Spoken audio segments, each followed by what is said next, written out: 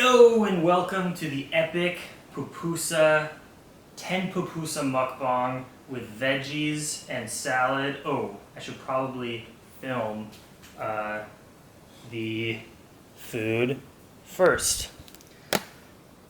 Here we have got 10 pupusas. Maggie, no, do not. She just almost, oh my god, Maggie almost just like moved the curtain, like the dish towel or the towel that the food is on, which would have been very bad for all of the food. My Maggie girl. So I'm filming right now for the video, for the vlog.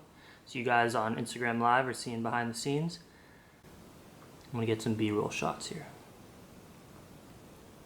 Boom. Oh yes. Pupusas. I'll explain what a pupusa is and everything. And the curdita. And the ensalada. Okay. All the B-roll has been shot.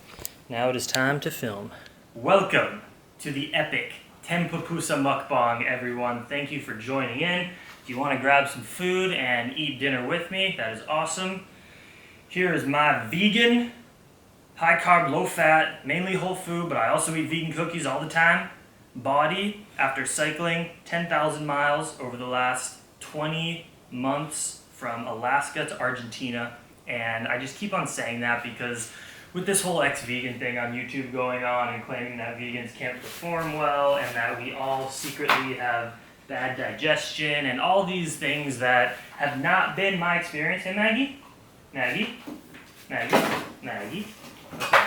It's very loud when you are being a rambunctious little cute girl, so please sit and I'll give you some pupusas as we eat. Maggie is my puppy dog, who I rescued from a shelter in Los Angeles on this trip, actually. 16 months ago, something like that. So yeah, this is me eating pupusas with you guys. What is a pupusa? Oh yeah, but what I was saying with just the ex-vegan thing, I've been so inspired to make vegan content lately and be the best version of myself and be strong and be mentally healthy, physically healthy, show you that you can eat vegan in random countries. I'm in El Salvador on the Pacific coast in a small little city called Jiquilisco. It's a great name. And there's so much vegan food all over the world. It's easy, it's cheap, it's amazing. I feel good, I feel energized, and I really want to represent the vegan community as much as possible these days because of just what's going on. It's absolutely crazy, and we'll probably address some of it here. I got Instagram Live going, so you guys can ask me questions. I'm also filming on YouTube, and then down here on my computer, I have like 50 questions that you guys asked me for the Q&A. Thank you, Lord. And by Lord, I mean the universe and nature and animals and any higher power that might exist, but I have no proof to back that up. And I believe in nature, and thank you so much for this food. Thank you for this opportunity to connect to the people, to share, to love, to experience the world. I am feeling so high vibe these days. I got interviewed by Ted Carr, Fruitarian, on his podcast. I started this accountability partner program, and we're all sharing and being vulnerable and becoming the best versions of ourselves, and it's intoxicating how good it feels to feel good and to be with community and to not isolate yourself, because if you want to be the best version of yourself, you've got to talk, share your problems. We're all struggling. Okay, I need to start eating. Instead of talking, I just want to take a moment to be grateful for my food. Thank you. I lifted today. I have been lifting weights for the last few days for the first time in like 2 years on this trip. I do calisthenics, pull-up, push-ups. That's why I'm fucking not jacked, but I'm got a little muscle mass, even though I'm a full-time cyclist with my baby here that I've done 10,000 miles with, 16,000 kilometers in the last 20 months, and it's very heavy. And it's time to eat. And so yeah, this week I'm at an Airbnb, resting off of the bike here in El Salvador, and making videos, eating good food, and let's eat pupusas. Well, we got to start out, because hashtag health, vegan health, we got a salad. What's in the salad? All stuff that I got from like the local little market here in this town. We got lettuce, passion fruit, onion, cucumber, and lime and avocado. And I guess let's start looking at Instagram Live.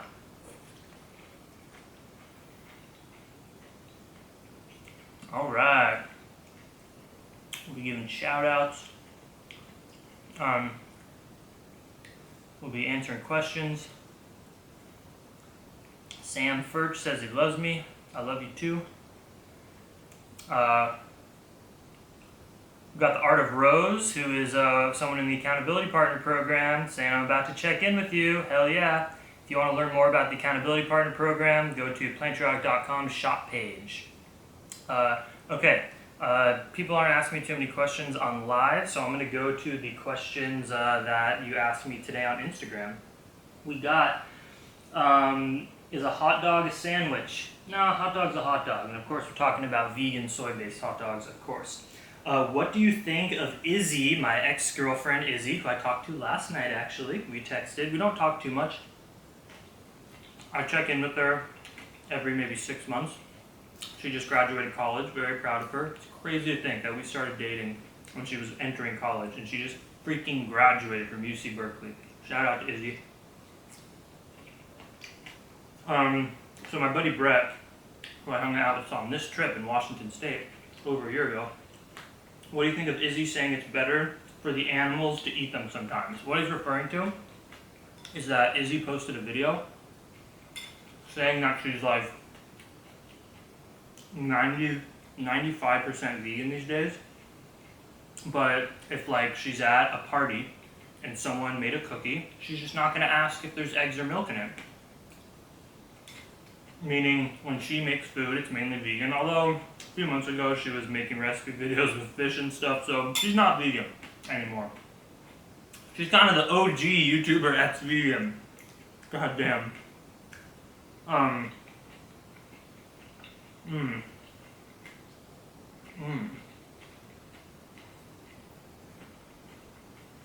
But, so she essentially said in the video, she thinks sometimes vegan extremism, like if you're purely vegan like I am and don't eat animal products ever and do ask what's in your food before you eat it, that you can make an argument that because that's just like kind of extreme to the mainstream human beings on the planet, that eating that way is, sorry, I'm looking at my camera, it's doing weird things. Oh boy.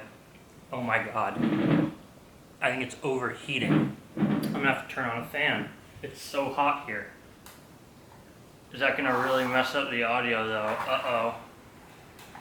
Oh no. You guys, this might be bad.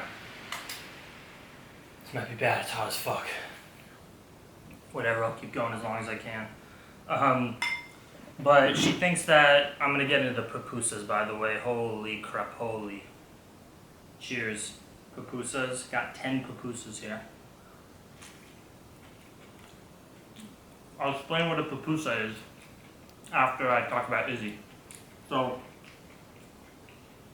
Izzy made the argument that if you're a vegan who's always asking about what's in the food and stuff, that maybe it's even better to advocate for the animals if you're like a casual vegan, so people can see that you can like assimilate in the real world and not be so picky, but still be like mainly plant-based. And I'll be honest, there's an argument for that. I choose to be fully vegan because I do not want to normalize eating animals.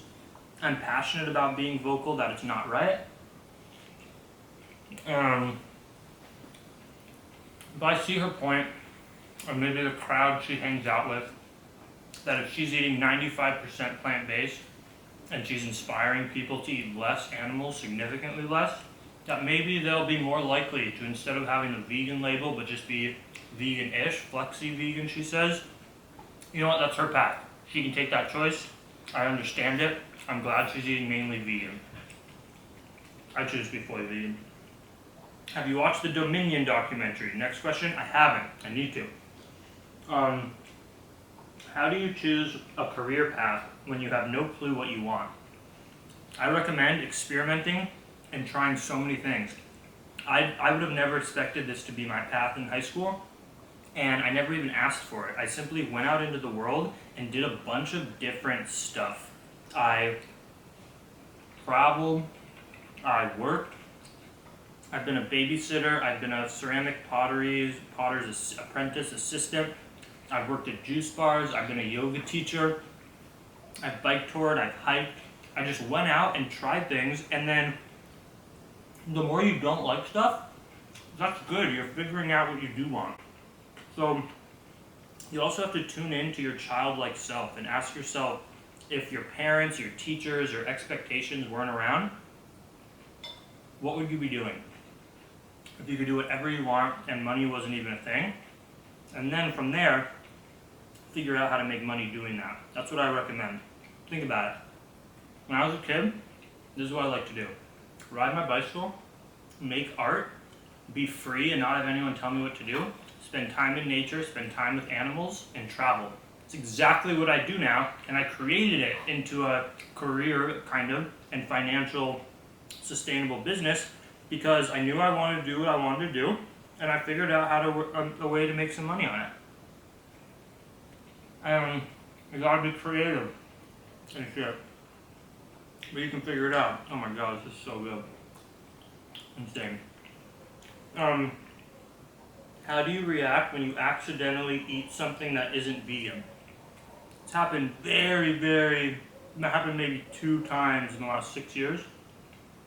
It's usually when I'm traveling and I'll ask a waiter, does this have butter in it? And they're like, no, veggie oil. And I'll start eating it and being like, no way.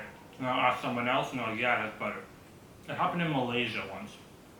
But it hasn't happened a lot because I prepare most of my food and then I always ask diligently whenever I'm eating at a restaurant. And to be honest, don't worry about it. Veganism is about not contributing to animal cruelty and not paying for it and doing the best you can. If 10 of your calories comes from animal products in 5 years, there's more harm being done when you get on an airplane to animals and when you get in a car than when you take a bite of something with butter. Don't worry about it. Not a big deal. Chill out. I know you aren't. Oh, I'm not going to answer that one. Kind of a health-related thing. Someone asked me, how did your family and friends react when you became vegan? Were they supportive? Yeah, I'm pretty lucky. I come from a very supportive, my parents are super supportive. My mom's never been a big meat eater. I was vegetarian for 5 years before going vegan. It was harder for them when I was suffering with my eating disorder, orthorexic and anorexic and overexercise eating disorder for the first 2 years of being vegan. And that was really hard for them, as it should be, and it is hard for the families of kids who suffer from that. Because I was so adamant that I didn't want to change my ways because I was suffering from it so much. So that was hard for them, but I'm lucky. My parents are really supportive, and I gave them all the science and told them why I was doing it, and they were like, yeah, that makes total sense. And we're from LA and they're progressive. I'm pretty lucky. But one of the most common things I get from young people who watch my videos is like, my parents won't let me go vegan. It's a crazy concept to me. But my response is always, they're not going to force feed you, so fucking protest. If you want to be vegan and your parents won't let you, you have vegan food in the house. You have pasta, you have rice, and you have cans of beans, and you have bananas, and you have spinach.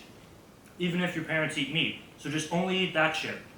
And if they're like, literally, like abusing you, fuck, then go get professional help. Like, you deserve to be vegan if you want to be, and if your parents are assholes, you gotta figure something out, because I'd be so devastating to be a young, passionate person wanting to be vegan for the animals and your parents not letting you. Just protest like crazy. Alright, more questions. We got so many, Maggie. Maggie's watching me in this mukbang on the floor. How's your sex life while on the road? Alright, let's get juicy. I'm about 2 or 3 pupusas in. First, let's talk about pupusas. Pupusas are an El Salvadorian food. Sometimes they're made out of rice flour. These ones are rice flour down in the south. More in the north, towards Guatemala, they're made with corn flour. And it's essentially 2 tortillas, or like 1 and a half, and they stuff it with either pig meat, which of course I do not fucking eat, or cheese, or beans and cheese, or just beans. These are pure bean pupusas. So it's a rice flour tortilla with beans, with a little veggie oil, and garlic and onion inside. And I got 10 for $3 US. and it's like 1,200 calories. So cheap over here. It's awesome.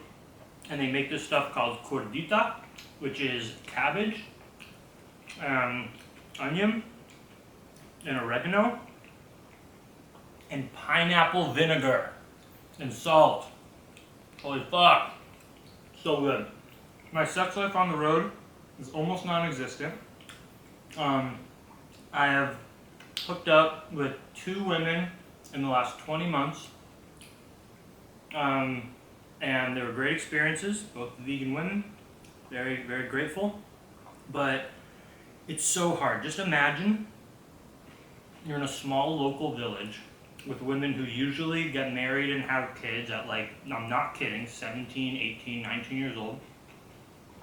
And you're a 6'2" white dude with tattoos and a dog and a vagabond on a bicycle, and you're in the town for a few days. It's just almost impossible. And I'm very conservative down here in Central America, very Catholic. So, but I'm missing that part of my life, I'm gonna be honest. My sex drive, through the roof. Rock hard as a vegan, baby. Good blood flow, good sex drive. But I'm looking for a partner. I would totally want to just hook up casually with people on the trip more, with women. But what I'm looking for, like for real, is a life partner who wants to travel, who wants to run a fruit farm with me in the jungle in Central America, who wants to have vegan babies and live fully off-grid and have jungle babies and homeschool them.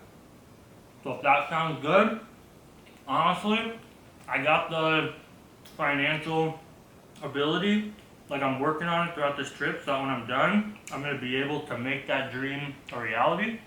All I need is someone who wants to do it with me and supports and is vegan and has tattoos and likes yoga and wants to live a really chill life on a fruit farm hosting vegan retreats and have babies.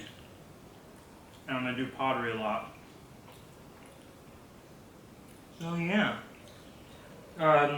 Ever get stressed about age? Never. It's never crossed my mind. I'm 26, by the way. Why do a lot of vegans have snake tattoos? I don't know, because they're pretty. I don't know.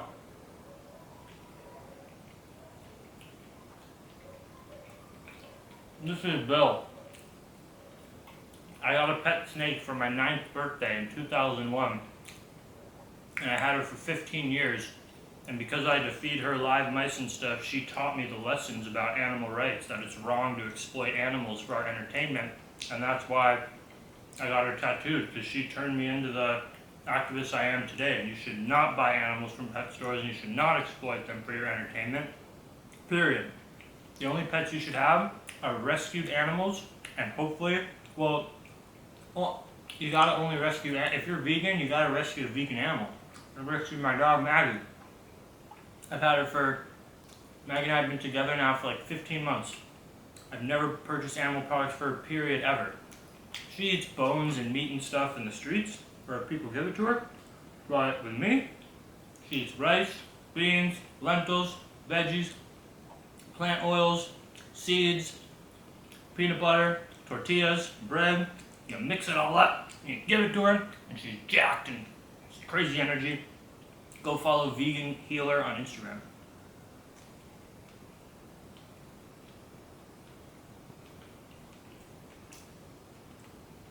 More questions. Scrolling down. When did you realize you had an eating disorder, and how did you overcome it? It's an excellent question. It was very clear. It goes so deep. So, I bit my nails like crazy my whole life as a kid and throughout middle school and high school.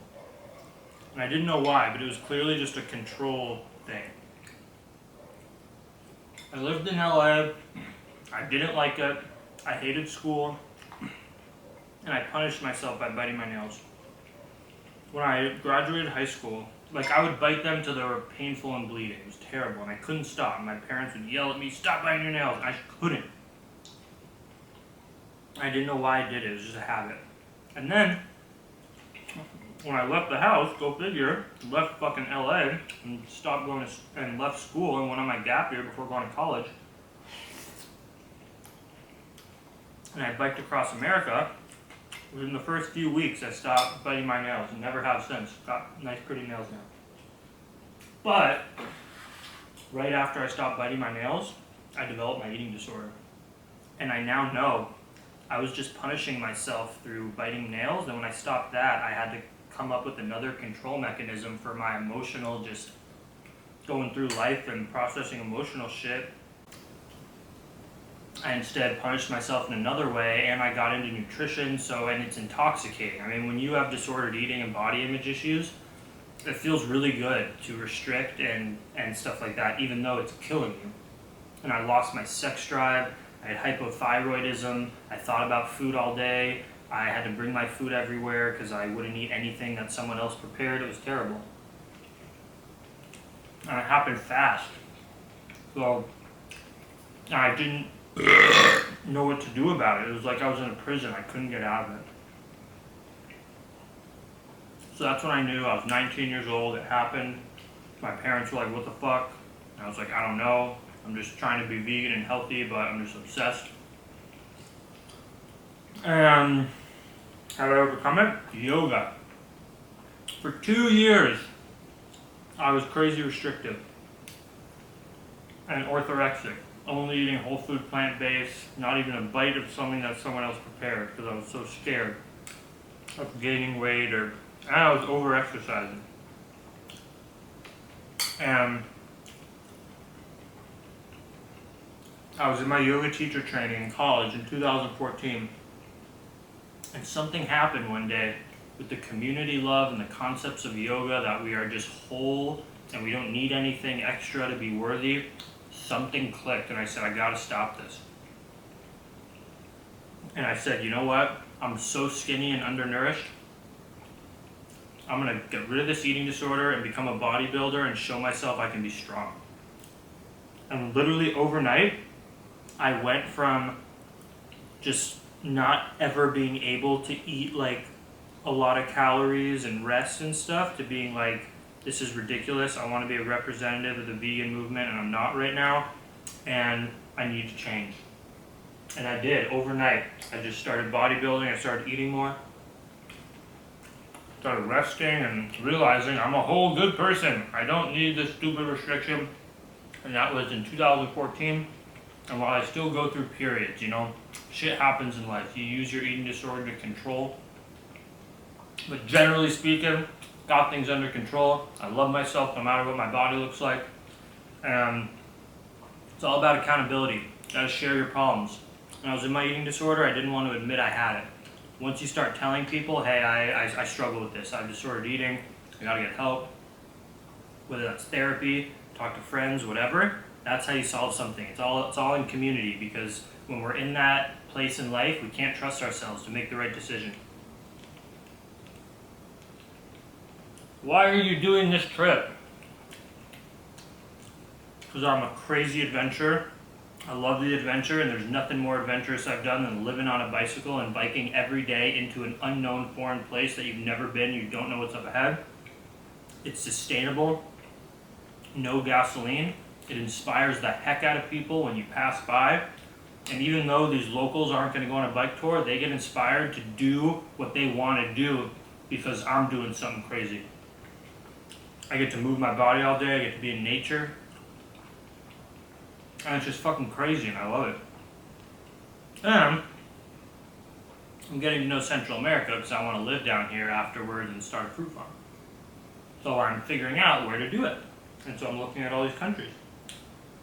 So far I've biked through the west coast. I started in Alaska, biked down the west coast of Canada, United States, 15 states in Mexico, spent a year cycling through Mexico, sleeping in abandoned buildings on the beach with locals and hotels and Airbnbs, couch surfing, tons of things. I'm sweating like crazy. It's so hot in here. I have all the fans turned off for the audio, yo. Yeah, it's just an awesome way to live, and I love making YouTube videos, so what better content than to do this? And it's just an epic thing to do. Yeah.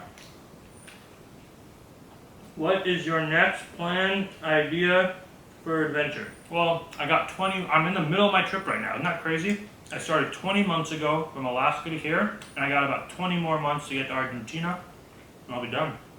And my next plan, find a girlfriend, hopefully my future wife, to make babies, and to live on a 100% off-grid sustainable fruit farm, and to host vegan retreats, and be a ceramic potter, and live a chill, sustainable life amongst my fruits and vegetables that I grow. That's what I'm going to do with my life, because it brings me the most joy. What is your,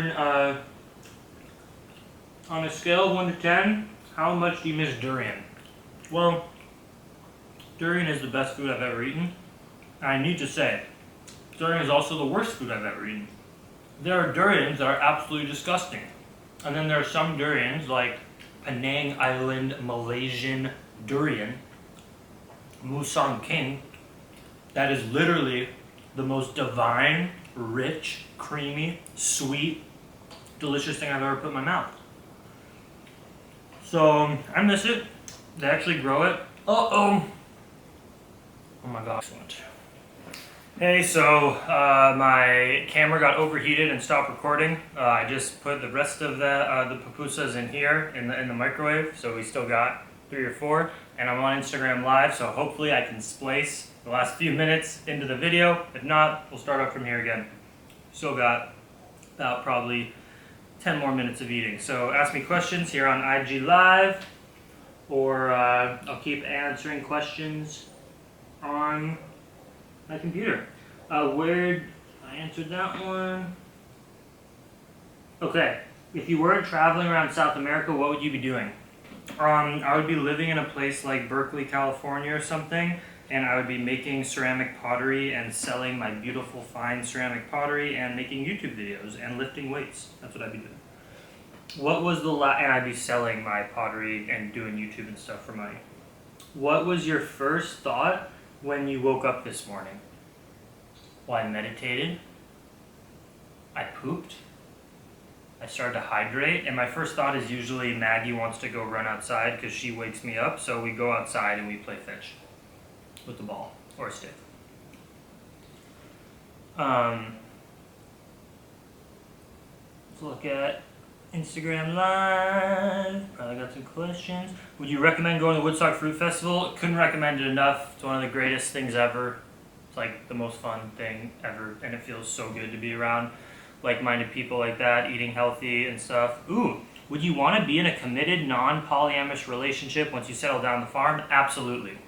You know, I'm always open to some form of like openness in a relationship, kind of, but I mainly want a pretty traditional one-wife partner traditional thing. I don't want polyamory in that like we have multiple partners, but I'm open to the concept of like loving my wife so much and being so confident that, let's just say she was like at some event and she just like connected with this random person and just like hooked up with a dude or a woman, and it was like a one-time thing, and she could like tell me about it, and we could and like share the experience. I'm just getting some more ketchup, and it was purely just for fun. I can see myself being totally fine with that because I kind of want that freedom for myself. Even when I've been in relationships and I've loved my partner, sometimes you just meet someone and have a weird connection, and instead of just talking and hugging, you want to just kiss them.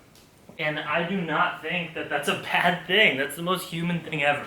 So hopefully that explains it. Like, I don't want a polyamorous relationship where we have multiple partners. I want my one wife and we're mainly just together, just us, and have a family and everything, but I'm open to just like weird, random, one-off, once in a while, very rare occurrences. Does that make sense? And I think it makes the relationship more fun, and it shows that you love them because they're free and that you're not just dating them for your own ego of like controlling them.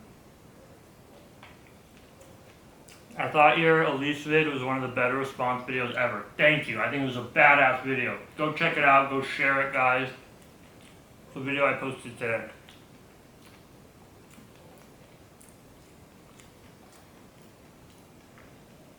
What's your take on the fact that lots of ex-vegans were under-eating? Absolutely. Well, the reason, and you said you didn't mention that in your last video, is because I've mentioned it in the last like 2 videos I've made about ex-vegans. Go watch my other ones. I am open to the idea that these ex-vegans truly need meat, and I'm also not open to the idea because it doesn't make sense based on the nutritional science, but just think of my perspective. I am friends with Elise. I am friends with Evan Rock. I am personal friends with these people for years, and I trust them. They're good people. And they love veganism, and they love animals, and they, not as much as me, Elise admits she doesn't care about animal rights that much. I'm passionate about it. So clearly they don't care about animal rights as much, but I know they want to be vegan, and they were struggling. And they found a solution in animal products, and it fixed them. So what do we say to these people? It fixed them. Could they have done it using plants? I think so, but they didn't think so. Or they tried, and it was a last resort, and then the meat worked. But if you look at it, Bonnie Rebecca, Tim Sheaf, who had just gone off a water fast and clearly is an athlete, really into his body and whatever, Elise, they are all very, very skinny, body image obsessed, slightly weird eaters. Again, I love them and they're my friends, and I'm a weird eater. But I'm vegan for the animals, so I'm staying vegan for life, and I feel amazing. Amazing. I do not have bad digestion, a great digestion. I have good sex drive. I have mental clarity. All of it. And all these ex-vegans were slightly weird eaters, obsessed with nutrition, obsessed with body image, big YouTube channels, and did it chronically with maybe over-exercising and maybe under-eating. Evan was eating 1 meal a day for over a year, and then boom, they go to eating animal products. So I think there's a pattern in kind of weird eating and under-nourishing yourself and becoming an ex-vegan. I think there is a connection. Would you ever live in Canada? Ugh! No! Canada's beautiful, but fuck no. I'm only living in warm places where it's warm year-round, period. Do you wish you would have finished college? Do you wish you... I did finish college, you fuck. Because I'm a freshman and it kind of sucks. Oh, maybe they said, do you wish you wouldn't? But you said would have finished college. I did graduate college. I went for 4 whole years. I have my degree in environmental policy. And I'm proud that I finished just because it's a cool, I guess, thing to have. And I learned a lot, but I still didn't really like it too much. And I am not like using my education. But I developed so much while I was in college to become the person I am today. And I learned about organizing and leadership and work ethic. So it was a good thing that I did.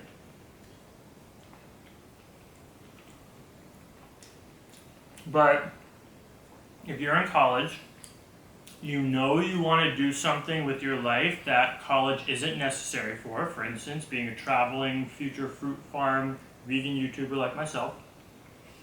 And you financially are putting yourself in debt at college, get the fuck out of there.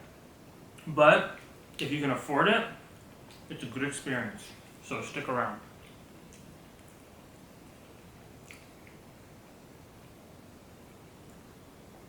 Do you know Spanish? Sí, yo practico en español perfecto. Cuando yo empecé este viaje en México, cuando yo pasé la frontera de San Diego a Tijuana, México, yo no pude hablar mucho en español. Solo, hola, ¿cómo estás? Perro, mono, monkey. I knew like a few words. Y ahorita, el pasado 14 meses estaba en países que hablan en español, y porque estoy practicando con toda la gente todos los días, yo puedo practicar en español más o menos perfecto. Necesito aprender algunos más gramática y palabras, pero sí, yo hablo muy bien y estoy muy emocional porque antes, cuando estaba en la escuela, yo tenía clases de español y fue terrible. Estaba un mal estudiante en español, pero ahorita yo practico perfecto y estoy muy emocional. It's very cool that I can speak Spanish. I love it. And it's just from talking to people on this trip. I could barely speak when I started. When he walks towards the microwave, the metal pan, and your brains... Oh, what the fuck are you saying? Please answer my question from the story earlier. It's late where I live. Sorry, I have lots of different questions and I can't keep, I'm doing my best. Doing my very best. What's your thing? I'm trying to cross-reference it, but sorry, I can't. Ask it here. What are you doing? Ask the question here. You're making me look through my things. Ask the question here, hey flowers. Hey, what are you eating? I am eating 10 pupusas, which are rice and sometimes corn flour, but in this case rice flour, and they just made them. I went to the local corner where the women were making them. They're essentially stuffed tortillas with beans and onions and garlic with a cabbage, pineapple vinegar coleslaw. Oh! And it was $3 US for 10 pupusas, which is like 1,200 calories.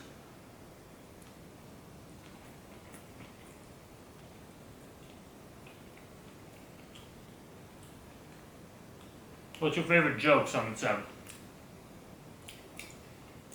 The yogi goes to the vegan hot dog stand. What does he say to the hot dog vendor? Make me one with everything. Ha ha! What cultural differences have you learned while traveling? Oh my god. Where to begin? In America, people complain about issues that would just not even be issues down here. People have real problems here. People make 10 to 20 US dollars per day if they have a good job. If you walk outside of your house in a just normal small town or village here, there are no job opportunities. Literally. Your only job opportunity is to work in the field. Someone owns a big cornfield and you work in it for $10 a day, or you get the big trucks that stop in each town to sell you Coca-Cola and you sell it out of your house. Most people don't have internet, limited electricity. There are no, of course there are little stores, they sell clothes, but in America, culturally, you can walk outside of your house and walk for 5 minutes and apply for some low-wage jobs and probably get a job. You can't do that out here. Literally. It's insane. So you wonder why people go and try to cross into the United States, because it's impossible to get out of poverty here. I really it's like so heartbreaking and crazy coming from America to here. Other cultural differences, lunch is usually the biggest meal here. I feel like dinner usually is in the States. They usually just eat like few pupusas or some like sweet bread for dinner here. They're nicer here. People are just nicer, more inviting, friendlier than in the States. Pretty religious.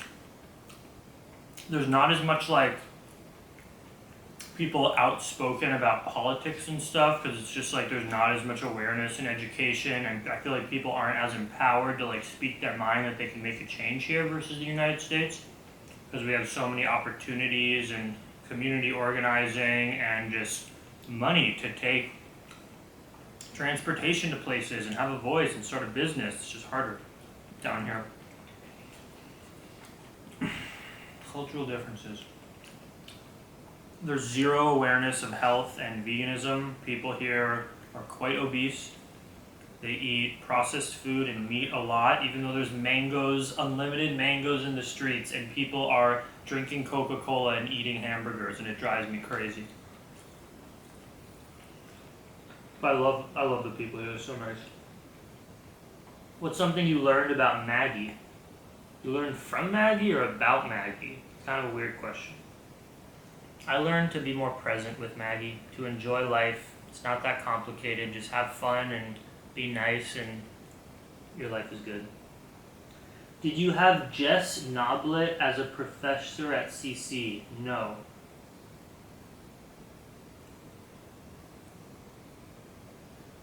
Oh, my phone just died, so the live stream is done. I'm gonna plug it in. So I got a little battery here. When it dies, let me say now, much love, Dreamy Stream. Thank you for being part of the mukbang. Got a Costa Rica retreat happening accountability partner program. If you want to learn more about me and connect with me, DM me on Instagram. Check out Plantriotic.com shop page. I'm still going to keep going until the camera dies. All right. Thoughts on ego. How do you keep your ego in check? That's a great question. I definitely have an ego.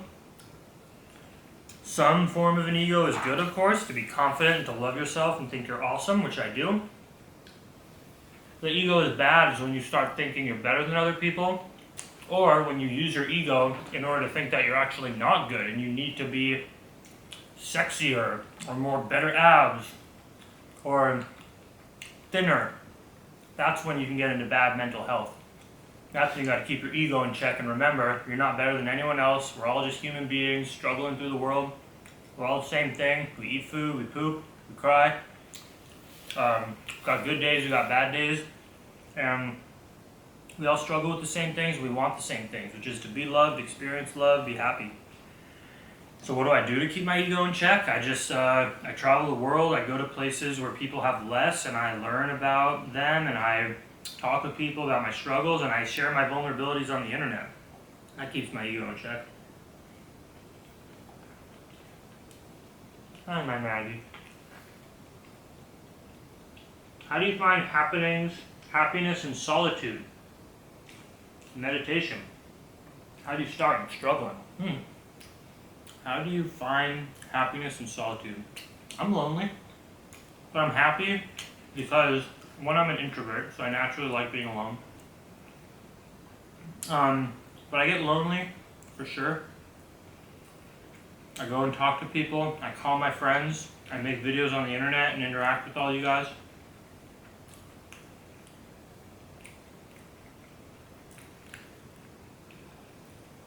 All done, Maggie.